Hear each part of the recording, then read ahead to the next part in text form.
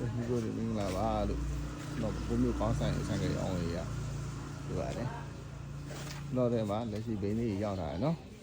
အဲဈေးဝန်တန်လေးတွေအဲဈေးဟန်တော်လေးတွေနော်20လေးတွေ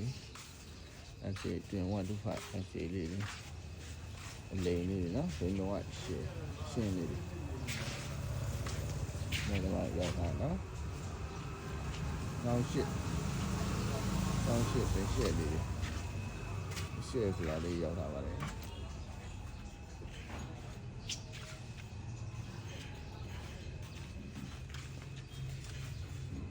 ရှက်လေးတွေရောက်လာတော့ဒီလိုနော်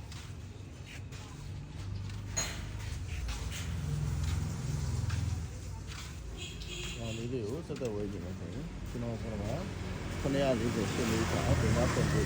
စက်သက်ပြီးတော့အဲ့ဒါလည်းနေရလာပါပဲဗျဘုံမျိုးကကောင်းဆန်လေး